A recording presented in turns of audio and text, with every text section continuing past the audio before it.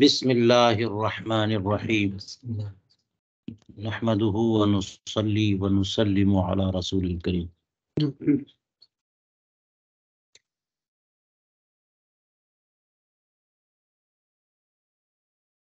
آج الاشباح والنظائر میں کتاب الوکالہ۔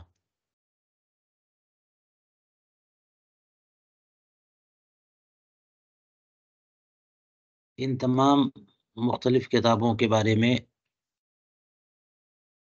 بقدر ضرورت معلومات حاصل ہو جائیں گی، قدوری یا اس طرح کے متون سے،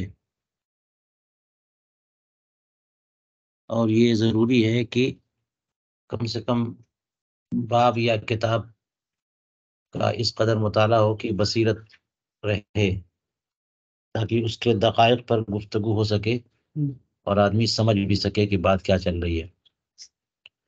وکالت کا مطلب یہی ہوتا ہے کہ کسی دوسرے کی طرف سے کوئی کام کرنا، خود یعنی جو تصرف کر رہے ہیں وہ خود اسی پر نافذ نہ ہو۔ یہ توکیل ہے، اس کے لیے موکل اور وکیل دو چاہیے۔ ظاہر ہے اس کی ضرورت یہ ہے کہ لوگ مختلف اسباب سے اپنے خود کے تصرفات کرنے سے عاجز ہوتے ہیں، یا پھر یہ کہ عاجز نہ ہو تو کم سے کم ناتجربہ کاری کی وجہ سے وہ تصرف ان کے حق میں نقصان دہ ہو سکتا ہے، اس کا اندیشہ لگا رہتا ہے۔ تو اس وجہ سے وکالت کی تشریح ہوئی۔ جیسے کہ سورہ کہف میں جو واقعہ ہے اصحاب کہف کا، کہ 309 سال کے بعد وہ زندہ ہوئے، بیدار ہوئے، تو انہوں نے ایک بندے کو بھیجا کہ جاؤ یہ پیسے لے کے جاؤ اور کھانا لے کے آؤ۔ تو توکیل کی مشروعیت اسی آیت کریمہ سے، اور حضور کریم علیہ السلام نے بھی اپنی زرع بیچنے کے لیے کسی پہ لگایا یا دوسرے کی طرف سے تصرفات۔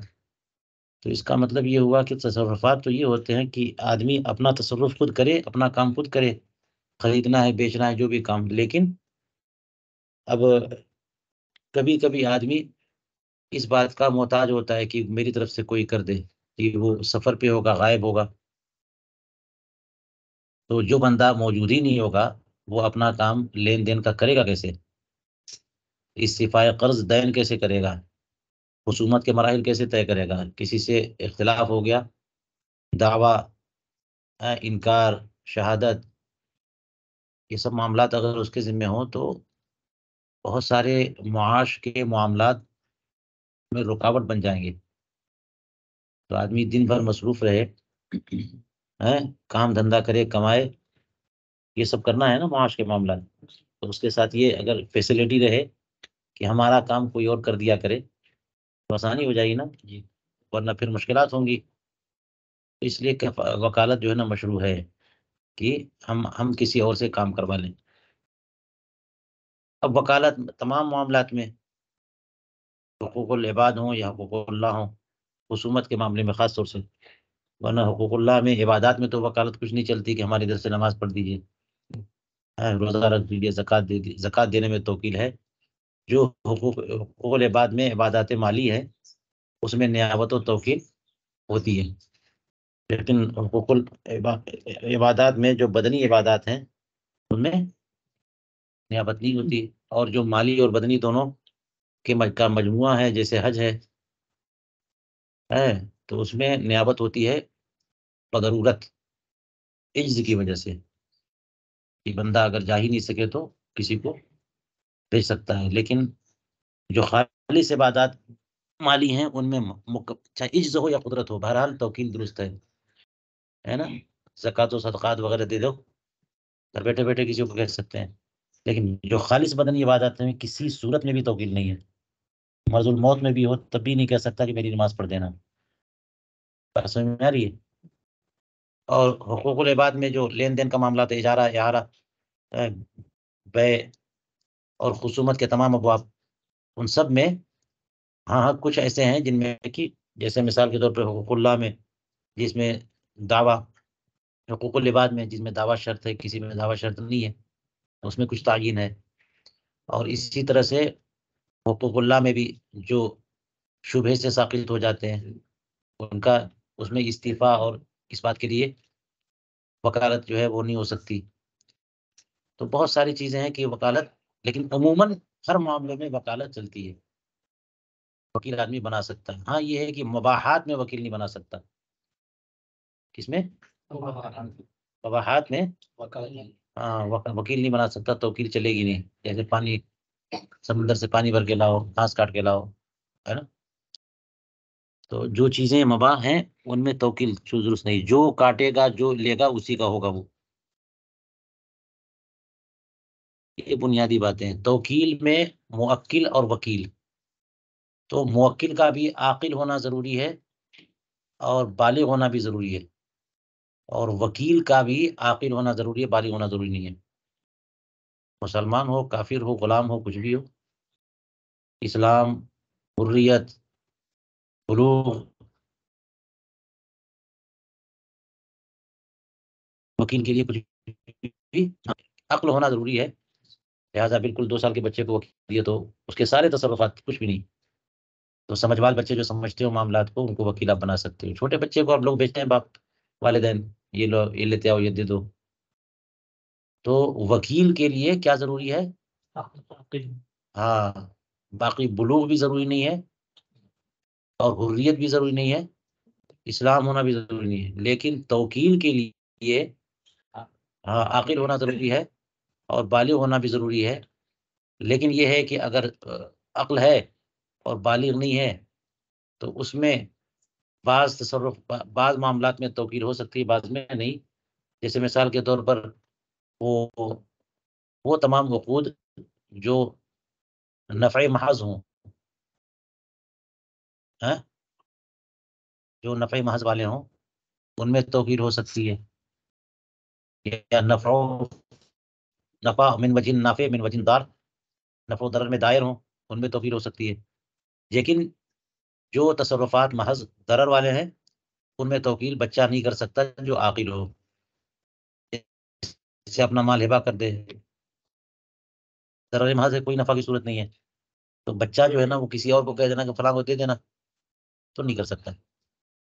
بیچنا، خریدنا، یہ نفع و ضرر کے درمیان دائر ہے. من وجہ نفع بخش ہے، من وجہ نقصان دہ ہے، تو یہ کر سکتا ہے لیکن ولی کی اجازت سے. بات سمجھ میں آ رہی ہے؟ تو اس لیے موکل کا بھی دائرہ تنگ ہے، موکل کا بھی دائرہ تنگ ہے، لیکن وکیل کا دائرہ وسیع ہے کہ کوئی بھی وکیل ہو سکتا ہے. بس یہ کہ عقل ضروری ہے، سمجھ ضروری ہے، کوئی بھی کام کسی کا کر سکتا ہے. تو یہ ہے توکیل. اب دیکھیے کہ اس میں حقوق تو راجع ہوتے ہیں وکیل کی طرف، یعنی وکیل جو ہے نا عقود کے، نکاح اور عتاق کے علاوہ عقود کے جو ہے نا، جو دیگر عقود معاوضہ ہیں، ان میں حقوق راجع ہوتے ہیں وکیل کی طرف. اور نکاح وغیرہ میں وکیل سفیر محض ہوتا ہے. سمجھ میں آ رہی ہے؟ تو اس میں حقوق راجع کس کی طرف؟ وکیل کی طرف نہیں، وہ معبر محض ہے، بس بیچ کا بندہ ہے، کچھ بھی نہیں ہے وہ. تو سارے حقوق راجع کس کی طرف ہوں گے؟ ہاں. تو وہی ذمہ دار ہیں، وہی مطالب ہیں، وہی مطالب ہیں، مہر کے، نصف کے، اس کے نفقہ، سب چیزوں کے مطالب وہی ہوں گے. کون؟ موکل. لیکن اجارہ، اعارہ، بیوع، ان سب میں حقوق راجع کس کی طرف ہیں؟ وکیل. وہ ذمہ دار ہے. اس نے بیچا تو تسلیم مبی وہی کرے گا. خریدار جو ہے نا جا کے اصل اونر مالک سے ڈیمانڈ نہیں کر سکتا، وہ بیچ دے گا، جاؤ جس نے بیچا اسے لو. اگر خریدا ہے تو سمن کا مطالبہ بھی اسی سے ہوگا. کس سے؟ وکیل سے ہوگا. اگر عیب ہی نکل گیا مال تو رد بالعیب کا معاملہ اسی سے ہوگا. یہ اور بات ہے کہ سب کچھ کر کے یہ رجوع کرے گا موکل کی طرف ہی. جی. تو چلیے اب اس میں کچھ باتیں اور بھی ہوتی ہیں وکالت میں، کہ اگر کسی چیز کا وکیل بنایا خریدنے کا مثال کے طور پر، اور وہ شے متعین بھی کر دی، کیونکہ بہرحال وکیل بھی تو انسان ہے، وہ بھی تو خریدار بن سکتا ہے نا، اور موکل بھی. تو وہ وکیل جو گیا ہے کچھ خریداری کے لیے، اس میں دونوں جہتیں اس کی ہو جائیں گی نا، کہ پھل خریدنے گیا ہے تو اپنے لیے گیا خریدنے یا موکل کی طرف سے خریدنے، دونوں حیثیت ہے کہ نہیں ہے. اس لیے اس کو حق حاصل ہے کہ اگر غیر معین کا وہ وکیل ہے تو اپنی طرف سے اپنے لیے خریدے یا موکل کے لیے خریدے، لیکن معین چیز کا اگر وکیل ہے تو پھر وہ اپنے لیے خرید نہیں سکتا. وہ چیز متعین ہو جائے گی کس کے لیے؟ موکل کے لیے. فلاں غلام کو میرے لیے خریدو، معین شے کی خریدنے کا وکیل بنایا تو وہ اپنے لیے نہیں ہو سکتا. بات سمجھ میں آ گئی؟ چلیے اب دیکھیے کیا بول رہے ہیں. الاصل ان الموکل اذا قید على وکیلہ فإن كان مفیدا اعتبر مطلقا والا لا. اس سلسلے میں اصل یہ ہے کہ موکل اگر اپنے وکیل پر قید لگا دے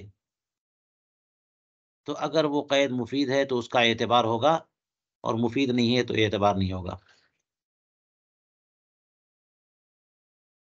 جی یعنی تقیید یا تخصیص کر دے کہ فلاں چیز لے کے آنا، اوصاف کے وصف کے ذریعے تخصیص کر دیا یا شرط لگا دی یا کچھ بھی، تو موکل نے اگر وکیل پر قید لگا دی توکیل میں، تو اب دیکھیں گے کہ اس قید کا اعتبار کتنا ہے.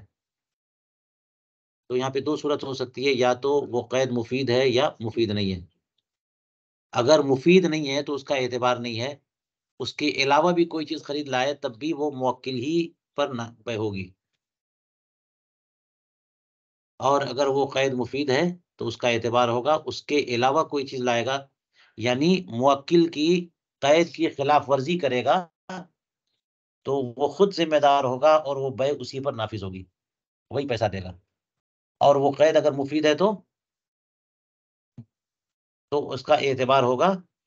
اس کا مطلب یہ کہ توکیل خاص ہو گئی ہے، یہ توکیل عام نہیں ہے کہ جو چاہے خرید لیتا. جس چیز کے بارے میں کہا ہے اسی کو خریدنا پڑے گا، ورنہ کچھ اور خریدے گا تو خود ذمہ دار ہے. یہ کب؟ جبکہ قید کیسی ہو؟ اور اگر مفید نہیں ہے تو قید لگانا نہ لگانا برابر، کچھ اور بھی کر لیتا وہ تب بھی وہ کس کی طرف سے ہے؟ موکل کی طرف سے. یہ بات سمجھ میں آ گئی؟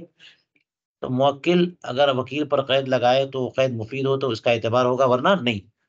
وَإِن كَانَ نَافِعًا مِنْ وَجْهٍ ضَارًا مِنْ وَجْهٍ فَإِنْ أَكَّدَهُ بِالنَّفْيِ اُعْتُبِرَ وَإِلَّا لَا. اور اگر وہ قید جو موکل نے وکیل پر لگائی ہے من وجہ نافع من وجہ ضار ہو، دونوں پہلو ہیں وہاں پہ اس میں، تو اب کہتے ہیں کہ اگر اس کو جو ہے نفی سے موقت کر دیا ہے تو اعتبار ہے، ورنہ اعتبار اب نہیں ہے. کیونکہ اوپر تو پڑھ لیا آپ نے کہ اگر مفید ہے تب تو اعتبار ہے، ورنہ تو دونوں صورتیں اسی میں آ گئی. موکل نے وکیل پر جو قید لگائی وہ قید مفید ہے یا مفید نہیں ہے. اگر مفید ہے تو اعتبار ہے، مفید نہیں ہے تو بیچ والی صورت آ گئی، من وجہ مفید اور من وجہ نہ ہو تو اب اعتبار. ایک اور شرط بڑھی ہے، جو قید لگائی قید کو ڈھیلا ڈھالا رکھا یا پھر قید کو مؤکد کیا، قید کو مطلق رکھا یا قید کو مؤکد کیا. مؤکد کرنے کی صورت یہ ہے کہ اسے نفی سے، یعنی نفی سے مراد نہیں کہ جاؤ جو ہے ایسا پھل خرید کے لاؤ، اور ساتھ میں یہ کہہ دیا ویسا مت لانا، ہے نا. پکا ہوا کیلا لے کے آؤ، کچا مت لانا، پکا ہوا آم لاؤ، کچا مت لانا. تو موقت کرنے کی بات ہوئی نا، یہ کرو اور یہ والا مت کرنا، تو موقت بن نہیں. تو اگر اس نے ایسی قید لگا دی جو من وجہ نافع ہو سکتی ہے، من وجہ دار ہو سکتی ہے، تو مؤکد بن نہیں کرے گا تب تو اعتبار ہے، ورنہ اعتبار. چلیے یہ بہت ہی جامع انداز میں انہوں نے ضابطہ بیان کر دیا. ٹھیک ہے. اب چلیے فروع کا مرحلہ ہے، وعلیہ فروع، اس پر کچھ مسائل دیکھیے، جس میں سے یہ ہے بعہ بخیار فباعہ بغیر لم ينفذ لأنه مفید. موکل نے وکیل سے کیا کہا تھا؟ خیار کے ساتھ بیچنا، خیار شرط کے ساتھ، اس نے بے مطلق کر دی. تو آپ کو پتا ہے کہ مطلق بے ہو تو مبی ملکیت سے، بائے کی ملکیت سے نکل جاتی ہے، اور اگر شرط کے ساتھ ہو تو مبی بائے کی ملکیت سے نہیں نکلتی. تو یہ تو مفید محض ہے. اس میں نقصان کیا ہے کہ بے ہو بھی جائے اور ابھی بھی ابھی جو ہے نا ہمیں اختیار حاصل رہے کہ ہم جو ہے اس پہ اور غور کر سکیں، تھوڑا ٹائم مل جائے 2 دن 3 دن کا. اگر ہم بے ہی نہ کرواتے تو پتہ نہیں کسٹمر ملتا کہ نہیں ملتا، اور بات کرتے ہم تو پتہ نہیں ہمیں موقع نہیں ملتا غور کرنے کا کہ نقصان دہ یہ ہے یا مفید ہے. تو ہر اعتبار سے مفید ہی مفید تو ہے کہ اسے خیار شرط لے کر کے بیچنا، اس نے بیچ دیا یوں ہی، تو یہ بے نافذ نہیں ہوگی، کیونکہ یہ قید کیسی ہے؟ مفید ہے. بعہ من فلان فباعہ من غیرہ کذالک، کہ اس نے کہا کہ فلاں کو بیچنا تو اس نے کسی اور کو بیچ دیا، یہ بھی مفید ہے. کذالک کہا نا، تو کذالک کا مطلب یہ جو ہے نا یہ خبر ہے اس کی، اے لم ینفذ، جیسے وہ نافذ نہیں ویسے یہ بھی نافذ نہیں. اس میں کیا جہت ہو سکتی ہے بعہ من فلان کہنے کی کہ فلاں کو ہی بیچنا؟ اس میں جہت نفع کی یہ ہو سکتی ہے، یہ ہے کہ لوگ خریدتے ہیں تو پیسہ دیتے ہیں یا نہیں دیتے ٹائم سے، یا لیٹ کرتے ہیں، ٹال مٹول کرتے ہیں، تو معاملات میں زیادہ تر لوگ گڑبڑ ہوتے ہیں، ہے نا، نادہند ہوتے ہیں، اعتبار نہیں کر سکتے ان لوگوں کا. جی، تو اس لیے جس کے بارے میں کہا کہ بیچنا تو فلاں کو ہی بیچنا، کیونکہ اس پر ان کو اعتماد ہے کہ اگر وہ سمن مؤجل بھی رکھا اس نے تو ٹائم سے وہ دے دے گا، ٹال مٹول نہیں کرے گا، پریشان نہیں کرے گا، یا یوں ہی استعمال کر کے بعد میں دعویٰ نہیں کرے گا کہ ایپ تھا لو واپس لو، ٹینشن نہیں دے گا. باقی لوگ تو سب چیٹنگ کرتے ہیں، کیا اعتبار کیا نہیں، کیسے کوئی کسی کا اعتبار کرے. تو اس لیے جس بندے کی تخصیص کر دی ہے اس نے، وہ تخصیص مفید محض ہے. ٹھیک ہے، مضر تو ہو ہی نہیں سکتی، ورنہ کیوں بولتا وہ. تو اس لیے اس کا اعتبار ہوگا اگر اس نے کسی اور کو بھیج دیا تو. وہما فی المحیط، یہ دونوں حوالے دے دیے دونوں مسئلے کے، ٹھیک ہے. ومن ھذا النوع، اسی نوع سے ہے بعہ بکفیل بعہ برہن وبعہ بنصیحۃ. اسی نوع سے ہے کہ اس نے کہا کہ کفیل کے ساتھ بیچنا، یا رہن کے ساتھ بیچنا، یا نصیحتاً بیچنا، فباعہ نقدا.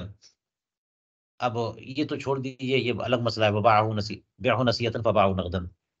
انہوں نے کہا اسی کے قبیل سے کہ قید مفید ہو، تو انہوں نے کہا کہ بیچنا کیسے؟ کفیل لے کر کے، کہ وہ کفیل دے، گارنٹر دے کہ پیسہ دے گا، ورنہ لے کے چلا جائے گا، پتہ نہیں دے گا کہ نہیں دے گا. تو یہ مفید ہے کہ نہیں ہے؟ جی، مفید محض ہے، یہ کوئی نقصان کا پہلو نہیں ہے، وہ کفیل لے لینا. اب وہ بغیر کفیل کے لیے جو ہے نا بیچ دیا اس نے، تو یہ اس بات کا وکیل بنایا ہی نہیں تھا اس نے. یہ بات ہو گئی. بعہ برہن، رہن کے ساتھ بیچنا، یعنی بیچ دینا تم سامان کو اور وہ قیمت بعد میں دے گا، تو بعد میں دینے کے لیے تم رہن لے لینا، کوئی سامان دے دو، اگر تم نہیں دے پاؤ گے تو ہم بیچ کر کے اس سے اپنا استعفاء حق کر لیں گے. اس میں نفع ہی نفع ہے کہ نہیں ہے، کہ اطمینان ہو جاتا ہے بندے کو کہ بندہ پتہ نہیں وہ دے گا کہ نہیں دے گا، کم جب نہیں دے گا تو کم سے کم ہمارا یہ رہن تو سلامت ہے، اس کو بیچ کر کے لے لیں گے، تو مفید ہے نا. تو بغیر رہن کے بیچ دیا تو یوں یہ دونوں مسئلے من ھذا النوع ہوئے. قید لگائی، مفید قید لگائی تو اس کا اعتبار ہوگا. اور کہتے ہیں وَبِعْهُ نَسِيَّةً فَبَاعَهُ نَقْدًا.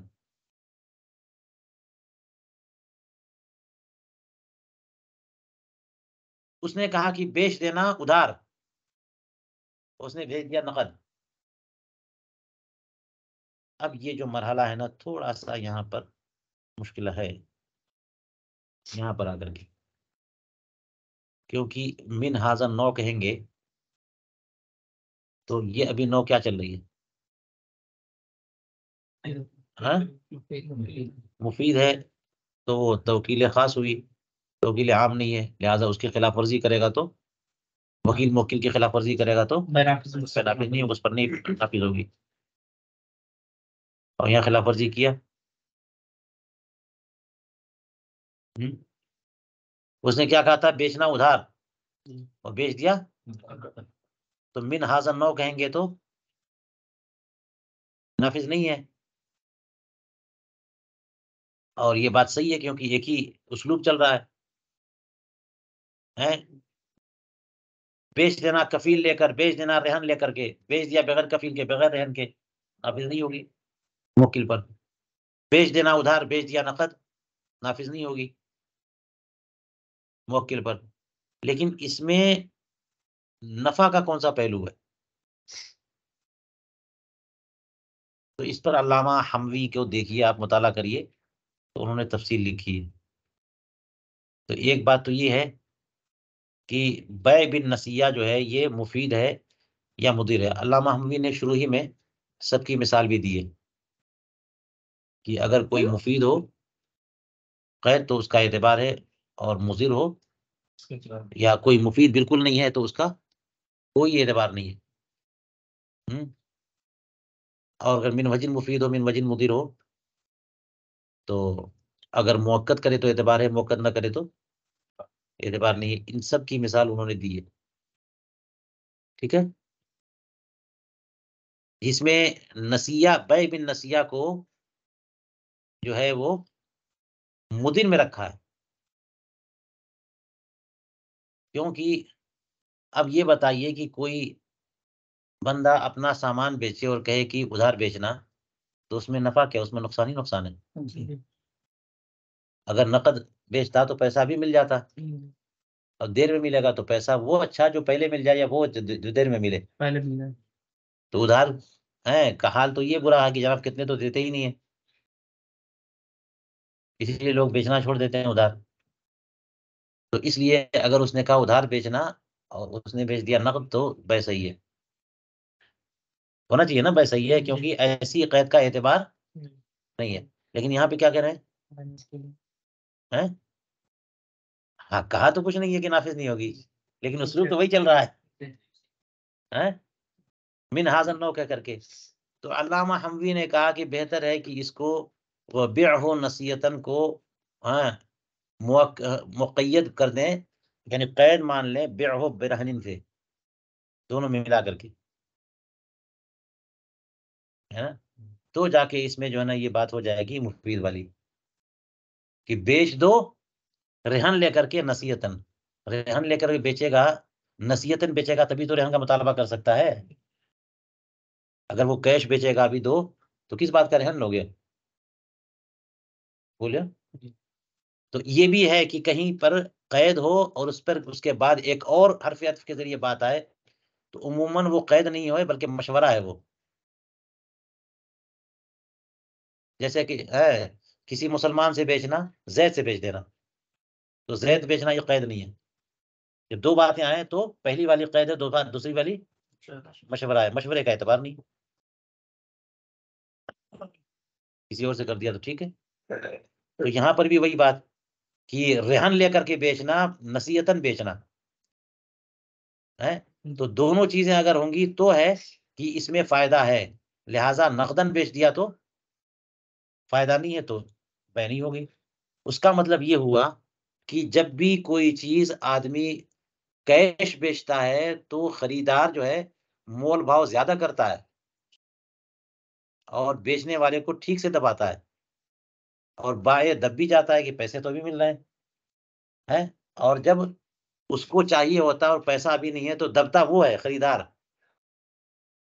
کون دبتا ہے اور چڑھتا کون ہے؟ ہاں تو وہ کہتا ہے 100 کہہ دیا تو 1 پیسہ کم نہیں ہوگا. ارے کر دو، نہیں کرتے، لینا ہو تو لو. وہ مجبوراً جو ہے کہتا ہے ٹھیک ہے ٹھیک ہے ٹھیک ہے. ابھی پیسہ نہیں دینا پڑے گا، بعد میں دینا پڑے گا. ابھی کیش پیسہ رہے گا تو 90 میں دو، تو 95 میں ڈیل بن جائے گی. کیش فلو جس کو کہتے ہیں نا، یہ پاور ہے، اس میں طاقت ہے. جتنا چاہو جو ہے بیچنے والے کو گرا دو. سب کو خاص طور سے جو پوری مارکیٹ جو ہے نا وہ ادھار پہ چل رہی ہوتی ہے، کریڈٹ پہ سب کاروبار ہوتا ہے. تو وہاں کیش کی میں جان ہے، طاقت ہے. کیش بولتا ہے کہتے ہیں، جتنا چاہو دباؤ. اور جہاں ادھار کی بات کی ہے تو پھر دباؤ، چپ چاپ رہو. تو اس لیے بے بن نصیحت جو ہے نصیحتاً، اس میں فائدہ ہے. جب بھی آپ پیسہ بعد میں لیں گے تو پیسہ ریٹ بڑھا دیتے. ٹھیک ہے.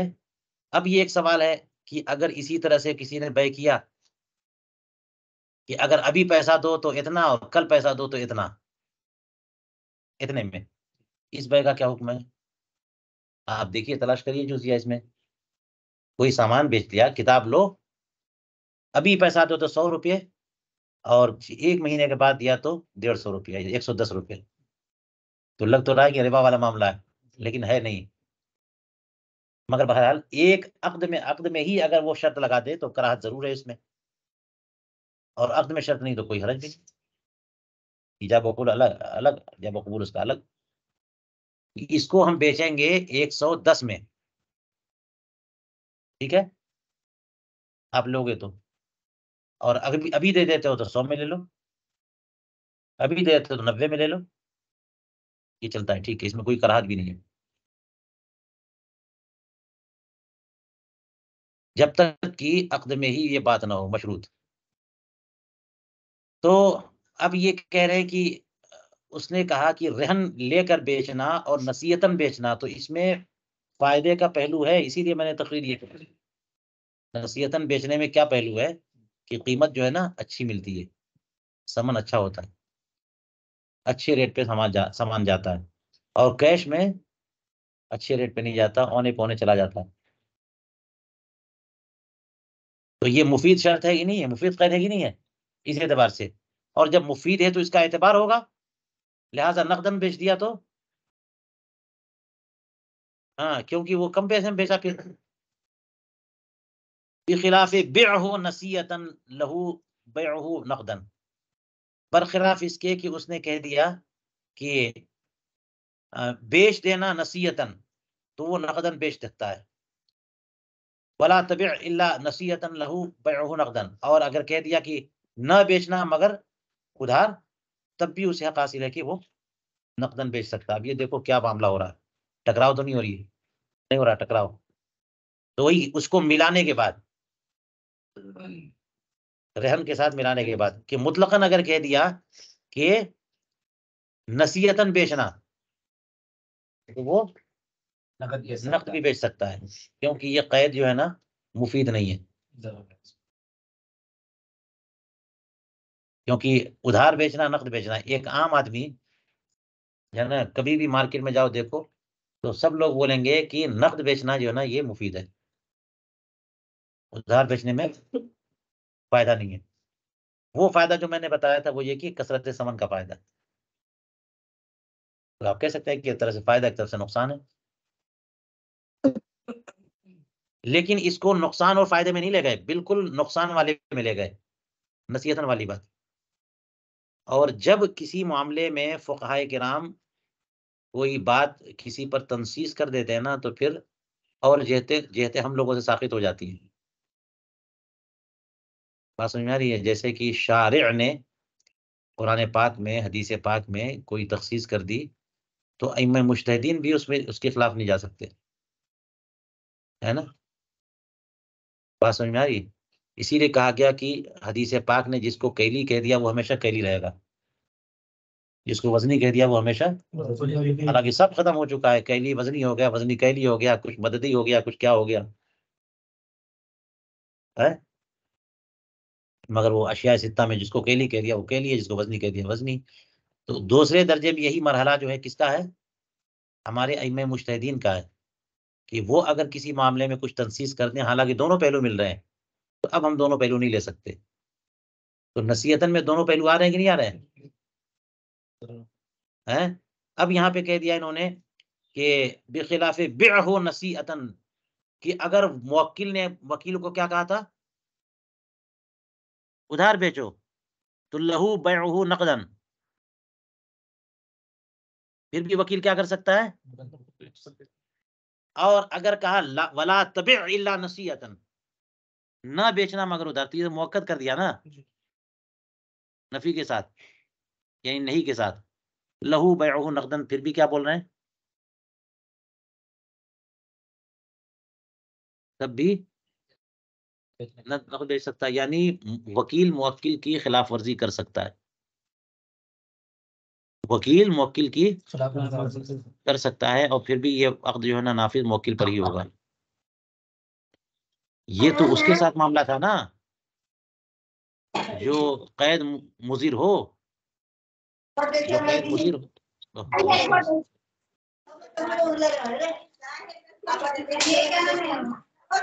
بند کرو اپنا اپنا مائک، بند کرو.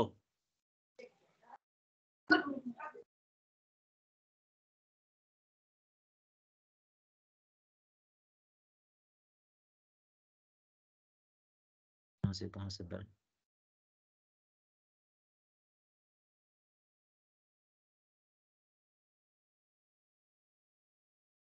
چلیے بات سمجھ میں آئی. تو قید اگر مضر ہے تو اس میں اس قید کا اعتبار ہی نہیں ہے، وکیل موکل کی مخالفت کر سکتا ہے، اور تب بھی وہ عقد اسی پر موکل پر ہی ہوگا. اگرچہ تاکیداً اس نے وہ بات کہی ہو، پھر بھی قید کا اعتبار نہیں. تو دونوں مثال آ گئی نا. اس نے کہا بیع نصیحتاً، پھر بھی کیش میں بیچ سکتا ہے، اور کہا ولا تبع الا نصیحتاً قصر کے ساتھ، پھر بھی وہ اس کے خلاف کر سکتا ہے. اب چلیے آگے کچھ مسائل. بیعہ فی سوق کذا فباعہ فی غیرہ نفذ، اس نے کہا، موکل نے کہا وکیل کو کہ فلاں بازار میں بیچنا، تو اس نے کسی اور بازار میں بیچ دیا، اس قید کا کیا اعتبار؟ تمہارا کام جو ہے نا بیچنے سے ہے، فلاں مارکیٹ میں بیچو، فلاں مارکیٹ میں بیچو. جب کہا تھا نا فلاں انسان سے بیچو تو اس میں کوئی فائدہ تھا، لیکن فلاں بازار میں بیچو فلاں میں، تو اس کا کوئی اعتبار نہیں. تو کسی اور بازار میں بیچ دے تب بھی.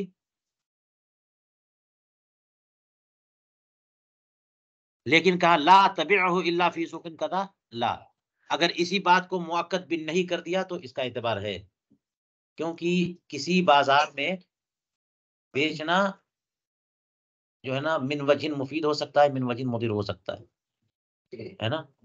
یہ تو حالات بتائیں گے، تجار بتائیں گے، لوگ بتائیں گے کہ فلاں مارکیٹ میں فائدہ بہت ہوتا ہے، فلاں مارکیٹ میں نقصان ہوتا ہے، فلاں مارکیٹ میں جیب کترے بہت آتے ہیں، جھوٹ بہت چلتا ہے، چیٹنگ بہت ہوتی ہے.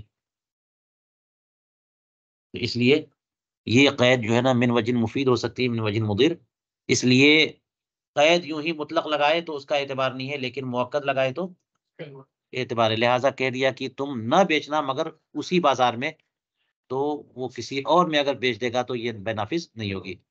اس کی نظیر بیعہ بشہود ولا تبعہ الا بشہود، یہ کہا کہ بیعہ بشہود، گواہوں کے ذریعے بیچنا ہے، لا تبعہ الا بشہود، ہاں گواہوں کے ذریعے ہی بیچنا. تو کہتے ہیں کہ بھائی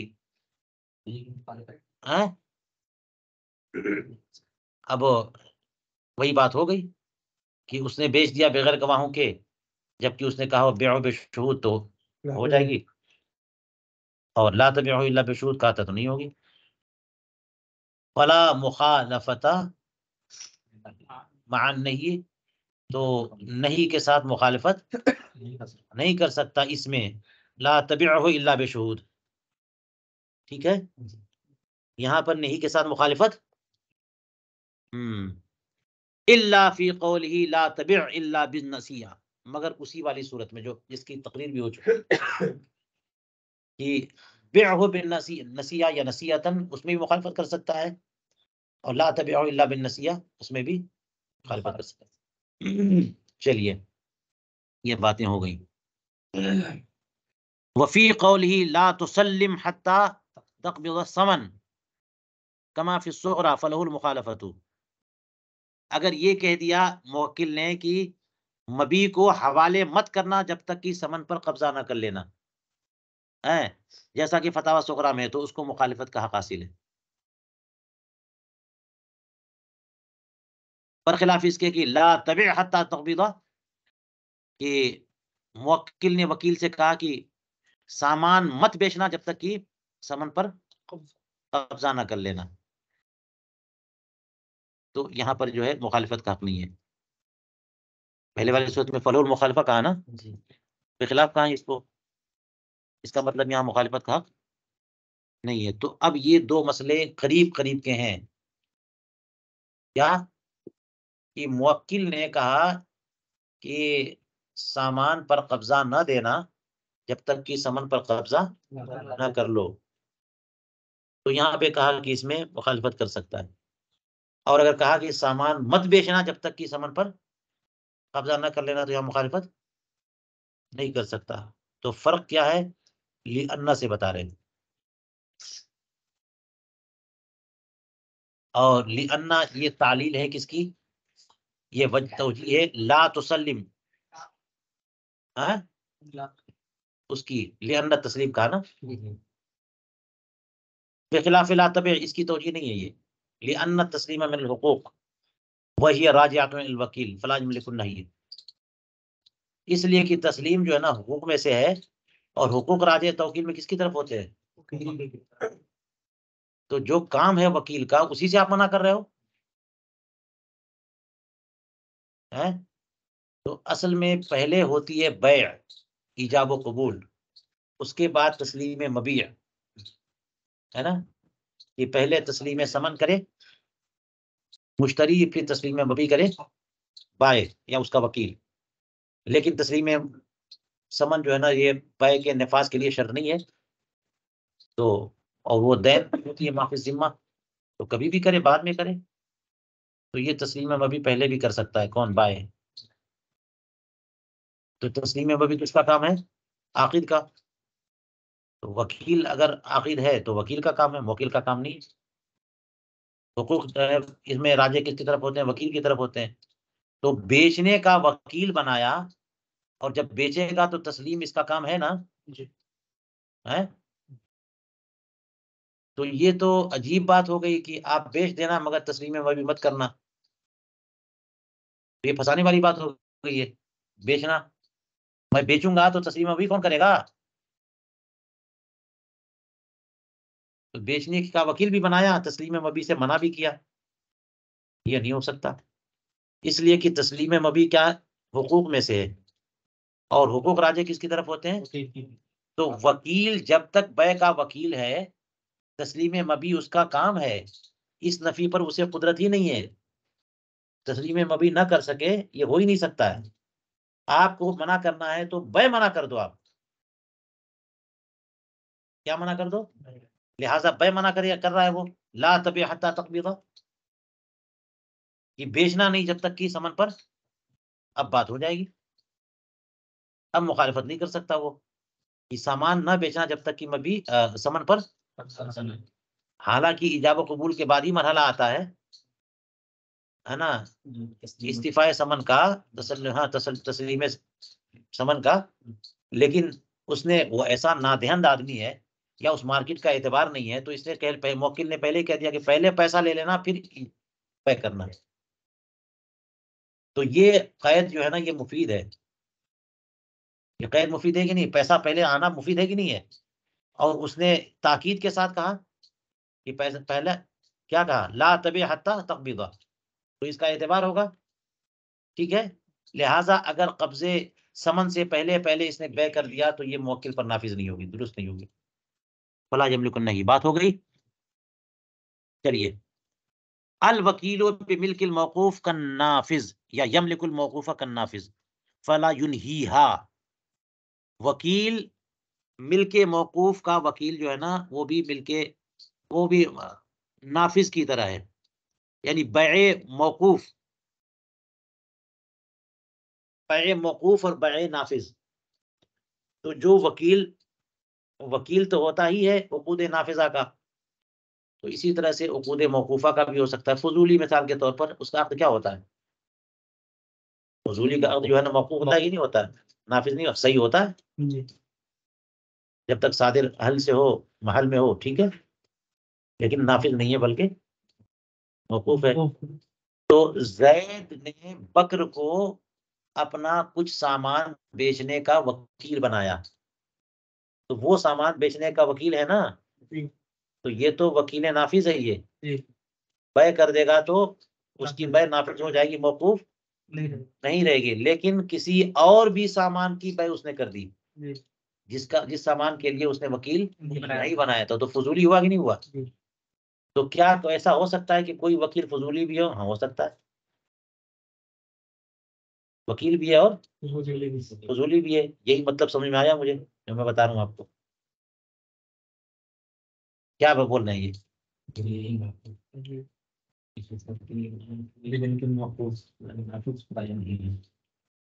کہ وکیل یملک الموقوفہ کا نافذ، وکیل ہے نا بیع موقوف کا بھی مالک ہوتا ہے، یعنی کر سکتا ہے، جیسے کہ بیع نافذ کا مالک ہوتا ہے، یعنی کر سکتا ہے.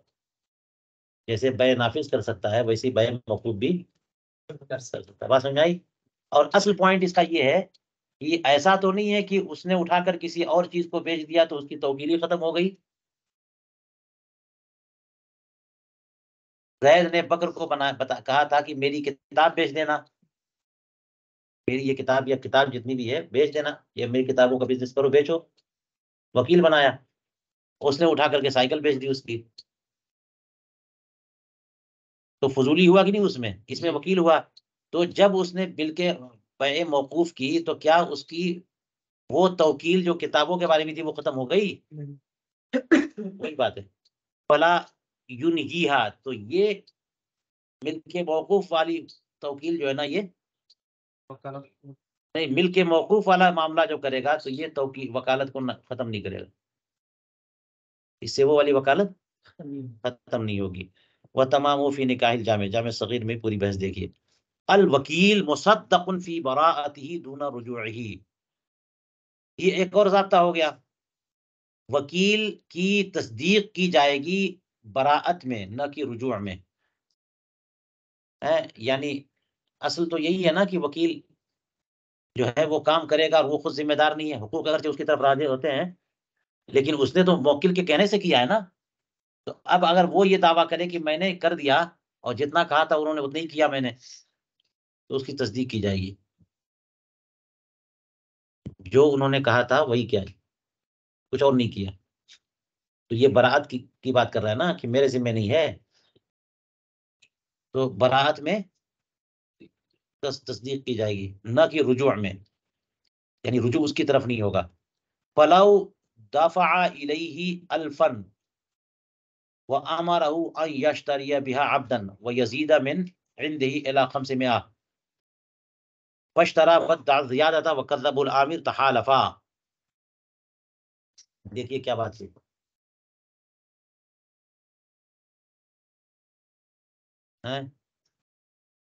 اگر موکل نے وکیل کو 1000 دیے اور وکیل کو حکم دیا کہ اس 1000 سے ایک غلام خریدو اور اپنی طرف سے 500 تک بڑھا لینا، 1100 1200 1500 تک جو ہے نا ایک لمٹ دے دیا. پتا نہیں جتنا پیسہ آپ دے رہے ہو اتنا پیسہ سامان ملے گا نہیں ملے گا. تو ہوتا کیا ہے نا کہ جب سامان لینے کے لیے بھیجتے ہیں اور پیسہ کم دیا ہوا ہے، مارکیٹ میں اس سے مہنگی چیزیں مل رہی ہیں، تو وکیل واپس آ جاتا ہے کہا پیسے ہی نہیں دیتا آپ نے. تو اس کی جیب میں اپنے پیسے تو تھے، تو کیوں لگا تھا وہ؟ آپ منع کر دیتے تو پھنستا وہ. تو وہ کیا سیدھے سیدھے شریف اندہ واپس آ گیا. تو اب یہ کہا کہ اختیار دے دیا کہ چلو ٹھیک ہے بڑھا لینا، ایک مہنگا ہوگا ملے تو، لیکن مطلق اختیار نہیں دیا کہ پتہ نہیں 2500 میں کر دے. کیا کہا کہ 1000 میں ایک غلام خریدنا اور اگر قیمت زیادہ بنے تو 500 تک کا اضافہ اپنی طرف سے کر دینا. یہی تو بات ہے. واشترا، تو اس وکیل نے غلام خرید لیا اور دعویٰ کر رہا ہے زیادت کا کہ میں نے جو ہے زیادہ میں کیا ہے. وَكَذَّبَ العامر، اور عامر نے یعنی موکل نے اس کی تکذیب کی. یعنی اس کا مطلب یہ ہوا کہ یہاں اس کی تصدیق کرنی چاہیے، تصدیق ہو، لیکن عامر نے موکل نے اس کی تکذیب کی کہ نہیں نہیں تم نے نہیں زیادہ لگایا. تحالفا، تو یہ دونوں کے دونوں یہاں پر حلف لیں گے. اگر بینہ پیش کرنے کا مرحلہ آئے تو بینہ جو ہے نا وکیل کا راجع ہوگا، ورنہ جو بینہ پیش کر دے اس کا بینہ. دونوں کر دیں تو یہ، اور دونوں کا ہو یا دونوں بینہ پیش نہ کر سکے تو حلف دونوں اٹھائیں گے. اور جو حلف لے لے گا اس کی بات مان لیں گے، جو نقول کرے گا اس کی بات نہیں مانیں گے. دونوں نے حلف لے لیا تو کیا ہوگا؟ دونوں نے وَيُقَسَّمُ الثَّمَنُ اثلاثاً، تو پھر پوری قیمت کو 3 جگہ بانٹ دیں گے. للتعذر کی کوئی صورت ہی نہیں نا. اب کیسے فیصلہ ہوگا؟ قسم تو دونوں نے اٹھا لیا ہے، قسم تو دونوں نے اٹھا لیا، اب کیا کریں گے؟ تو اثلاثاً کا مطلب جو بات چل رہی ہے 1000 دیا اور 500 تک کے اضافے کی بات کہی، تو 3 حصے میں تو بانٹا ہے، اس لیے 3 حصے میں تقسیم کر دیں گے جو بھی سامان ہے. اور اس کا مطلب جو مجھے سمجھ میں آیا وہ یہ کہ پھر وہ چیز مشترک ہو جائے گی، کیونکہ موکل کہہ رہا کہ تم نے زیادہ لگا دیا، وہ کہہ رہا کہ آپ نے تو اختیار دیا تھا اتنا لگایا، کہ نہیں لگایا تم نے. یا یہی بات چل رہی کہ تم نے نہیں لگایا، اس نے کہا لگایا پیسہ اتنا میں نے اپنی طرف سے.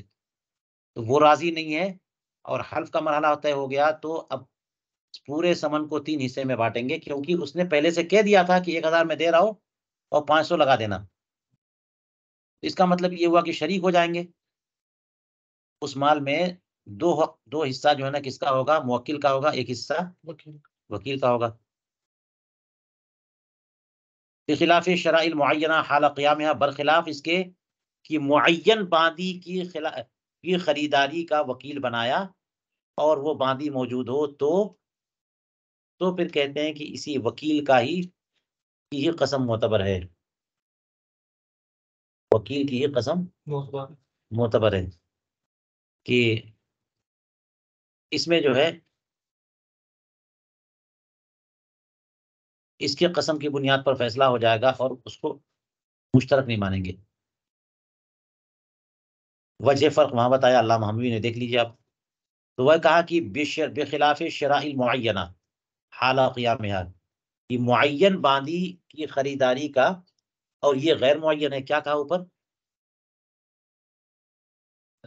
ان یشتری بعبدن کہا، اور معین کر دے گا تو پھر خاص ہو جاتی ہے چیز، یعنی اس کی اپنے خریدار بننے کی جہت باقی نہیں رہتی.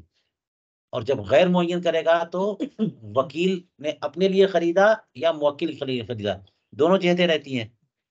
اور یہاں پہ ایک ہی جہت ہے، تو وہ چیز جو ہے نا اسی پہ جائے گی اور اس کو 3 حصوں میں نہیں بانٹیں گے. چلیے یہی تک رکھیے.